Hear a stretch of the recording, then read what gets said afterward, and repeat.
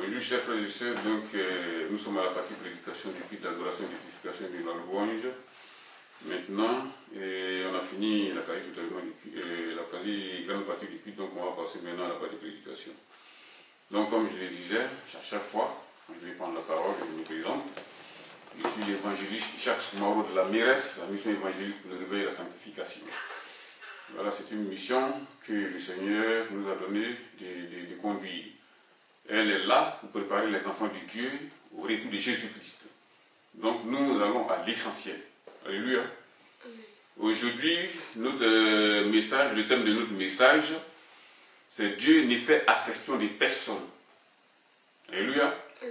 Dieu ne fait acception des personnes. C'est le titre du message.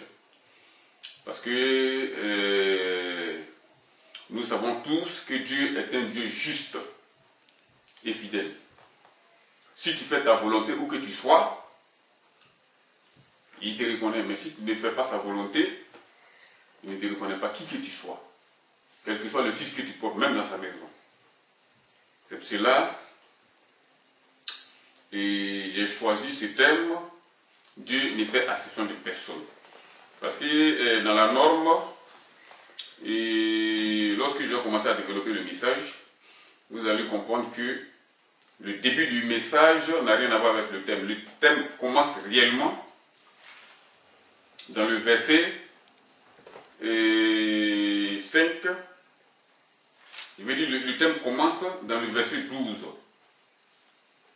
Vous voyez, le thème du message se trouve dans le verset 12 du chapitre 8 de Matthieu. Alléluia.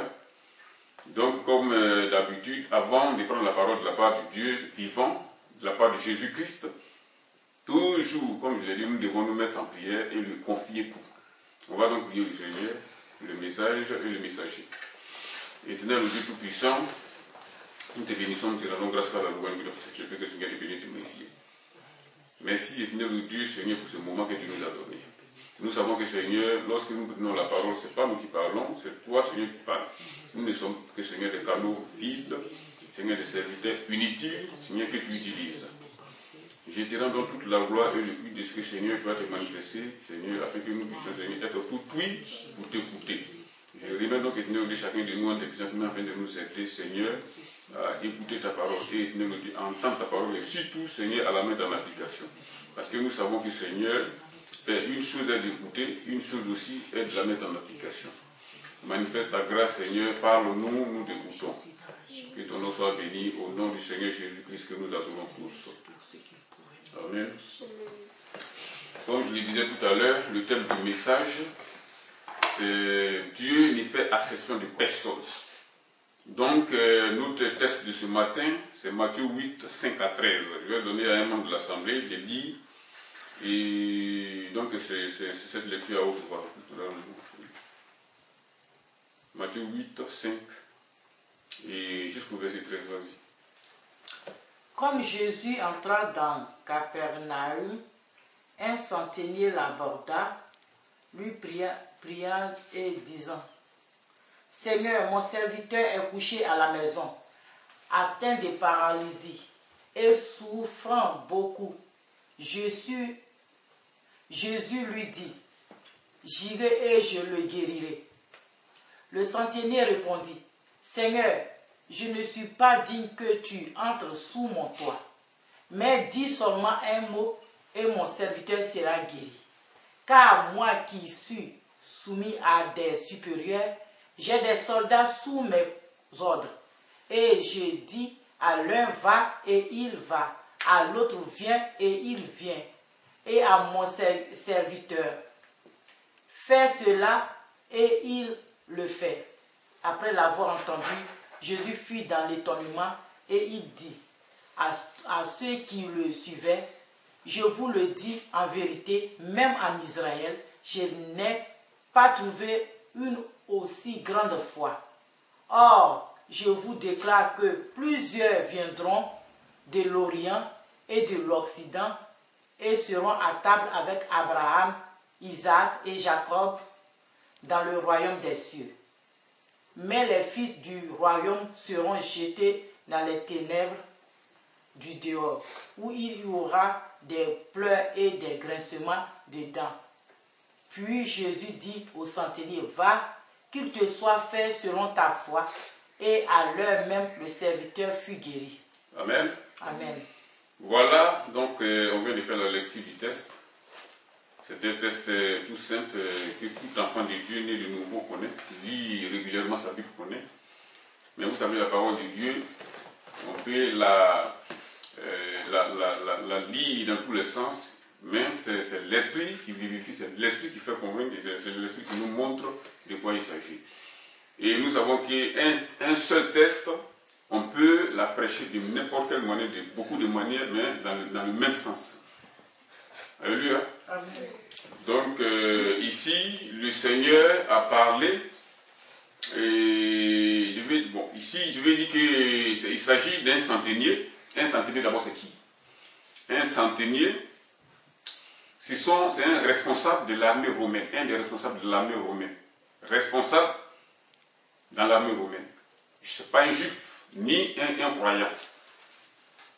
Mais ce texte nous parle ici de quelqu'un qui était en Israël au moment de l'occupation romaine. Et ce monsieur était en Israël et il a adopté la foi du pays, c'est-à-dire la foi des Juifs à ce moment-là. Il n'a pas voulu faire comme ses autres camarades, ses autres responsables de l'armée. Les généraux, les caporals, etc. Il n'a pas voulu faire comme eux, parce qu'eux, ils oppressaient le peuple. Mais il est dit ici que ce monsieur était injuste. Et les Juifs même ont rendu témoignage de lui en disant qu'il a construit des synagogues, etc., etc. Donc il est dit ici, comme Jésus s'en allait, entrait plutôt dans Capernaum, un centenier l'aborda, le priant et disant, Seigneur, mon serviteur est couché à la maison, atteint de paralysie, et souffrant beaucoup. Vous voyez? Il ne s'agit ni de son fils, ni de sa mère, ni de son frère, ni de son cousin, mais un simple serviteur. D'abord, ça c'est une œuvre de foi, une chose vraiment grande. Quelqu'un qui prend soin de son serviteur, qui prend la peine de suivre la santé même de son serviteur. Si c'était quelqu'un d'autre, la majeure partie des personnes que je viens de citer tout à l'heure, ses camarades qui n'ont pas adopté la foi du pays, qui ne craignaient pas Dieu. Ils allaient dire, ben, écoute, c'est un saint serviteur, foutez-lui dehors là, et prenez quelqu'un d'autre qui est frère là-bas, vienne le servir, c'est tout, il n'a pas le temps. Mais, un serviteur, il est dit ici, le centenier l'aborda, le priant en disant, Seigneur, mon serviteur est couché à la maison, atteint de paralysie, et souffrant beaucoup. Jésus lui dit, j'irai et je le guérirai. Le centenier répondit, Seigneur, je ne suis pas digne que tu entres sous mon toit. Dès que le monsieur a ouvert la bouche, Jésus a dit, immédiatement, j'irai et je le guérirai. Et qu'est-ce qu'il a répondu? Le centenier a dit, Seigneur, je ne suis pas digne que tu entres sous mon toit. Mais dis seulement un mot et mon serviteur sera guéri. Parce que depuis l'apparition de Jésus, lorsqu'il avait commencé à faire son œuvre, tout Israël et tous ceux qui habitaient le pays étaient au courant de ce que Jésus faisait. Donc le centenier avait foi en Jésus-Christ parce qu'il avait vu, il avait entendu tous les miracles que Jésus avait fait. Lorsqu'il a changé l'eau en vin, lorsqu'il a guéri des muets, des aveugles, etc., etc. Le centenier a entendu ça. Donc il avait foi en Jésus, il avait foi que Jésus pouvait guérir son centenier, plutôt son serviteur. Et qu'est-ce qu'il a fait? Il a prié Jésus et il a dit à Jésus, je ne suis pas digne que tu entres sous mon toit, mais dis seulement un mot et mon serviteur sera guéri. Vous voyez, c'est un acte de foi. Dis seulement un mot et mon serviteur sera guéri. Alors qu'avant lui, il y a des personnes qui sont venues le prier Jésus d'aller avec lui pour guérir un de leurs proches. Ils sont allés voir Jésus pour guérir un de leurs proches. Ils ont voulu que Jésus se déplace avec eux. Pourquoi? Parce qu'ils n'avaient pas assez de foi. Des Juifs, hein? Alors que cet étranger, qui était étranger au pays d'Israël, a dit seulement au Seigneur, dis seulement un mot, mon serviteur sera guéri. Vous voyez? Il n'a pas fait la bar mitzvah, il n'a pas fait les différentes fêtes d'Israël, etc., etc. Mais c'est quelqu'un qui est venu de l'étranger, un centenier romain. C'est lui qui a eu si grande foi. Il n'a pas voulu même que le Seigneur se déplace pour aller chez lui. Il a dit au Seigneur seulement, dis seulement un mot et mon serviteur sera guéri. Alléluia. Amen. Donc, et mon serviteur sera guéri, car moi, je suis soumis à des supérieurs. J'ai des soldats sous mes ordres, et j'ai dit à l'un, va, à l'autre, viens, et il vient. À mon serviteur, fais cela, et il le fait. Vous voyez? Parce qu'il est au courant, il sait ce que la hiérarchie lui dit. Lui, qui est un soldat romain, il sait, plus que ceux-mêmes qui sont les fils du royaume, c'est-à-dire les habitants d'Israël, eux-mêmes, ils ne savent pas ce que réellement la supériorité veut dire, c'est-à-dire la hiérarchie veut dire. Lui qui est un centenier, il dit quoi ici? Car moi qui suis soumis à des supérieurs, j'ai des soldats sur mes ordres, et je dis à l'un va, et il va, à l'autre vient, et il vient, et à mon serviteur fait cela, et il le fait. Vous voyez? Une personne qui n'a pas grandi dans la tradition juive, mais qui a pris le train en marche, c'est-à-dire qui a pris la religion en marche, qui est venue, parce qu'ils sont venus, les Romains sont venus en Israël. Donc le centenier est venu avec les Romains, et c'est quand il est venu dans le peuple qu'il a commencé à voir la gloire de Dieu. Donc, il a pris le train en marche et il s'est donné au Seigneur. Et c'est cet étranger-là qui fait la différence entre les Juifs et lui ici. Car moi, je suis soumis à des supérieurs, j'ai des serviteurs sous mes ordres, et je dis à l'un va, et il vient, à l'autre vient, et il va, etc. Et mon serviteur fait cela, et il le fait. Après cela, la Bible dit Jésus fut dans l'étonnement. Pourquoi Jésus fut étonné. Rappelez-vous, Jésus avait dit, je suis venu pour la maison perdue, les brebis perdues d'Israël. Alors que ce type, c'est un goïm, c'est-à-dire une personne des nations selon la langue juive. Goïm veut dire une personne des nations. Les nations veut dire des païens. Et c'est lui qui fait une déclaration, une telle déclaration de foi devant Jésus-Christ. Alléluia. Amen. Il est dit ici, et Jésus fut dans l'étonnement, et il dit à ceux qui le suivaient, écoutez bien, je vous le dis en vérité, même en Israël, je n'ai pas trouvé une aussi grande foi.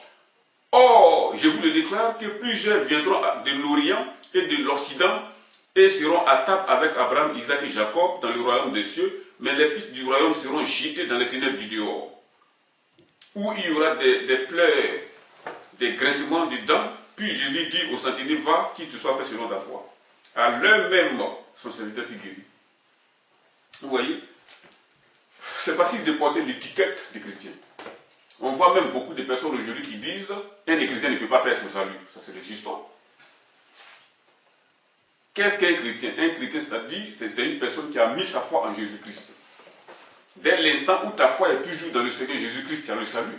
Mais si tu l'abandonnes et que tu commences à repêcher, tu retournes à ce que tu as vomi, tu perds son salut, c'est tout. Mais dès que tu es tant que tu es dans le Seigneur Jésus-Christ, tant que tu fais la volonté de Dieu, tant que tu marches selon la parole de Dieu, ton salut est là et tu ne peux pas le perdre. Mais à partir du moment où tu abandonnes Jésus et tu commences à retourner dans ce que tu as vomi, ben immédiatement tu perds le salut. Donc ne prenez pas compte et ne tenez pas compte des gens qui disent une personne ne peut pas perdre son salut, un chrétien ne peut pas perdre son salut, c'est comme ça, c'est des histoires. Alléluia. Amen. Moi, par exemple, j'ai eu quelques actions de foi dans ma vie, comme tous les enfants de Dieu, parce que un enfant, un homme qui naît de nouveau, a la foi en Christ. Et il doit marcher selon la foi, et non pas par la vue, ni par quoi que ce soit d'autre, c'est uniquement par la foi. De mon côté, une fois, c'était d'ailleurs le but de ma conversion, quand je suis venu à Christ, il y a un fétiche qu'on appelle guidant genou, un masque qui a convoqué une réunion du village. Et il a précisé en disant, celui qui ne va pas, se verra mourir, tout simplement. Tout jeune converti, j'ai dit à mon grand frère qui est venu me voir pour me dire ça, en disant, bon voilà ce que le masque dit, chacun doit aller au village pour assister à ce sacrifice, là, celui qui ne va pas mourir. Bon, puisque je ne travaillais pas, il a dit, bon, voilà ton transport. Il a mis sur la table en disant, je suis dégagé. Si quelqu'un me demande, il va dire, tout le monde sait que oui, j'ai donné ton transport. Il ne faut pas qu'ils vont dire, oui, c'est moi qui n'ai pas donné ton transport. Donc, voilà ce qui est arrivé. Non, c'est de ma faute. Il a déposé le transport sur la table. Et ils sont tous partis au village. Les gens m'ont prévenu, même mon frère, lève-toi, on va, sinon il va t'arriver quelque chose. J'ai dit, allez-y, il n'y a pas de problème pour moi, ne vous inquiétez pas. Ils sont partis et ils ont fait le sacrifice là-bas. Moi, je suis resté là, l'argent qui était là sur la table, je l'ai pris et je me suis nourri normalement. Et ça, j'ai acheté les nécessaires, etc. Ils sont venus. 1 mois a passé, 2 mois ont passé. On dit, mais ils n'ont pas dit que celui qui ne va pas mourir. Comment c'est fait que celui-là n'est pas mort? Maintenant, ils ont appelé le propriétaire du masque au visage, ils ont dit. Et le masque a dit, non, mais laissez-le. Lui, il va avoir son compte, laissez-le. 6 mois ont passé, 1 an ont passé, je suis là. Les gens disent, mais attends, il y a une exception dans la chose ou bien tu l'as protégé? Il dit, non, je ne l'ai pas protégé. Mais vous savez que ce n'est pas tous les oiseaux qui sont les mêmes plumages. Hein. Il y a d'autres qui sortent de l'exception. Donc lui, c'est sa nature. Par un acte de foi, je n'ai pas voulu aller au village. Si c'était un chrétien aujourd'hui que je connais, lorsqu'il y a un funérail, quand on dit tout le monde n'est qu'à se raser, eux aussi vont se raser. Pourquoi? Parce qu'ils ont peur des sorciers ou je ne sais pas quoi. Mais le Seigneur nous dit de ne pas nous compromettre avec les infidèles, de ne pas avoir peur et de mettre nos confiance en lui plutôt que d'avoir peur du diable ou de ses démons. Alléluia. Je voulais aussi donner l'histoire d'une sœur qui s'appelle Maïmouna Ouattara. C'est une sœur en Christ que Dieu a appelée spécialement. Elle était musulmane bien convertie, elle était mariée à un monsieur avec qui elle n'arrivait pas à faire un enfant, à faire des enfants. Maintenant, le monsieur voulait se débarrasser d'elle coûte que coûte. Il est arrivé jusqu'à, il ne l'a pas dit, il sort de ma maison, etc. Il a même dit ça une fois, je crois. Mais elle n'a pas voulu partir et il a envoyé une concubine à la maison devant la femme. Et il appelle la femme en disant, viens me servir. Alors qu'il est au lit avec la concubine, la femme est arrêtée avec le bol de l'eau et elle sert plutôt la concubine. Et après, elle se met de côté, le monsieur fait ce qu'il devait faire avec sa concubine devant sa femme légitime. Et elle est restée là comme ça. La mère même du monsieur, un jour, est quittée au village pour venir verser. Je ne sais pas si c'est de l'eau, mais du bouillon, quelque chose sur elle. Elle a été brûlée à quelques degrés, elle a pu l'envoyer à l'hôpital. Tout le monde disait, elle n'a qu'à porter plainte. Elle a dit non, c'est parce que la femme même qu'elle a fait ça. C'est seulement parce que je ne fais pas d'enfant qu'elle a eu cet acte-là. Ils l'ont oppressée de toutes les manières, mais elle n'a pas voulu partir. Elle est restée fidèle à son poste. Vous voyez, une étrangère, une musulmane, une personne qui ne connaît pas Dieu, mais qui agit selon la parole de Dieu. Et qu'est-ce que vous allez voir ce qui va se passer tout de suite. Après, toutes ces choses, Dieu s'est révélé à elle. Bien qu'elle ne connaisse pas Dieu, elle ne sait même pas qui est Jésus-Christ. Son comportement a touché le Seigneur, Dieu s'est révélé à elle. Et un jour, elle était dans sa chambre, son mari était parti complètement de la maison, l'avait laissé la maison vide, en disant, c'est parce que je suis là, que tu es là, si je m'en vais, tu vas prendre tes bagages et partir chez les parents, je ne veux plus du tout. Et un jour, elle était assise dans la maison comme ça, et puis il y a quelqu'un qui est venu en blanc. Il était plus blanc, avec une longue robe qui remplissait la maison. Elle était là, elle me disait, qu'est-ce que c'est que ça? Maintenant, la voix a dit, je suis Jésus. J'ai entendu tes pleurs. Donc je suis venu à ton secours. Bon, puisqu'elle était versée dans la religion musulmane, elle ne savait pas, elle n'avait jamais entendu ces histoires-là. Elle n'a rien pu faire, elle est restée là ce jour-là comme ça, le Seigneur est parti. La deuxième fois encore, il est venu, il a répondu de la même manière. La troisième fois, quand il est venu, et puis elle a dit, le Seigneur lui a dit, dis Jésus. Elle a dit Jésus. Donc une paix incomparable est rentrée dans son cœur, et elle s'est sentie en joie, elle était dans la paix. Vous voyez? Donc à partir de ce moment-là, la femme a commencé à maintenant savoir qui est Jésus.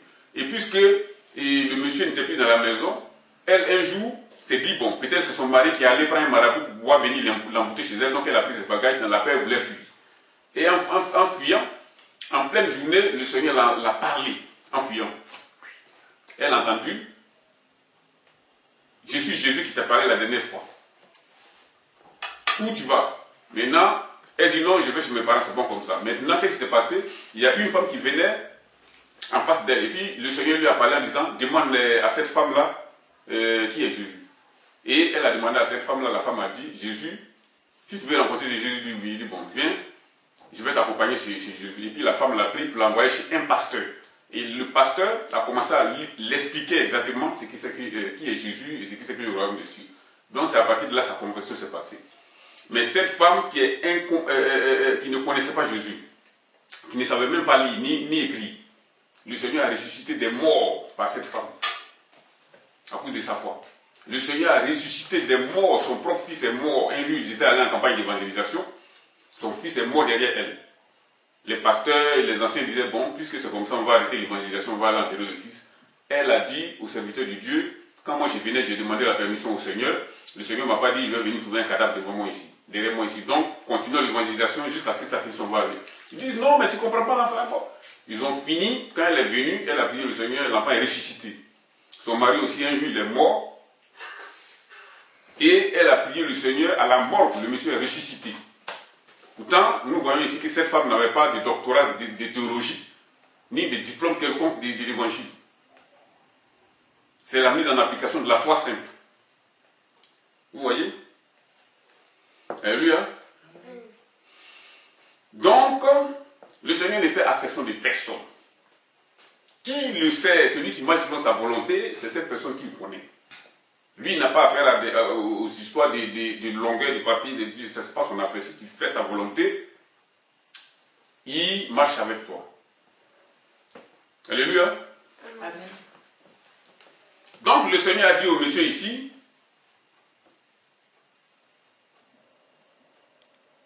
je vais dire, pardon, plutôt au verset 9 ici, le monsieur a dit, car moi qui suis soumis à des supérieurs, j'ai des soldats sur mes ordres, et j'ai dit à l'un va, et il va, et à l'autre vient, et il vient. Et mon serviteur fait cela, et il le fait. Après l'avoir entendu, Jésus fit dans l'étonnement. Vous voyez? Cette femme dont je vous parlais tout à l'heure, c'est une femme qui était soumise. Quand je dis soumise, c'est-à-dire soumise à son mari. Parce que Dieu est un Dieu d'ordre. Avec lui, en tout ça, il y a des hiérarchies. Il a dit, le mari est le chef de la femme, Christ est le chef du mari, etc., de l'église, etc. C'est comme ça. Donc elle a respecté cela sans même le savoir. Et c'est pour cela que le Seigneur s'est révélé à elle. Bien qu'elle ne savait même pas qui est Jésus. Et ce monsieur, c'est ce qu'il a fait ici. Lui, il a dit ici dans le verset 9, car moi je suis soumis à des supérieurs. Vous voyez, il a reconnu par là que Jésus est plus grand que lui. Lui aussi, il a des soldats et des serviteurs au-dessous de lui. Mais ici, il vient de dire à Jésus, toi qui es supérieur à moi, dis-moi seulement, va et je vais aller. Parce qu'il sait que ça va aller.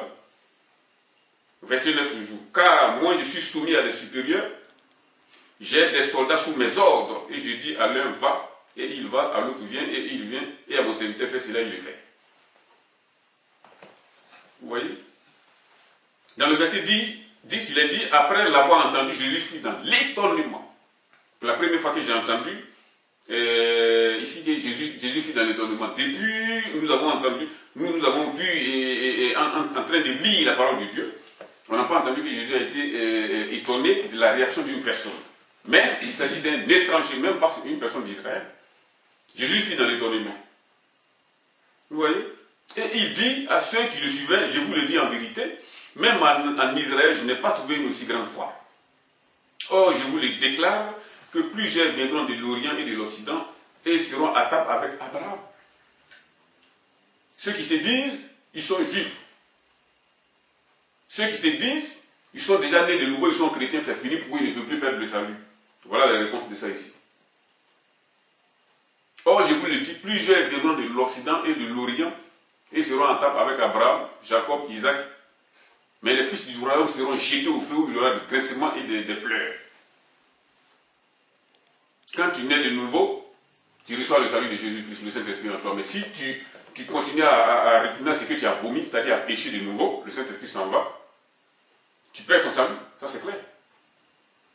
Alléluia. Amen. Donc, c'était cette courte parole que j'aimerais apporter ce matin. Voilà, comme je l'ai toujours dit, je suis l'évangéliste Jacques Maro de la Méreste. Et nous tenons chaque jour, chaque dimanche, notre culte d'adoration, d'édification et de louange. Alléluia. Amen. Je vous remercie et que le Seigneur vous bénisse.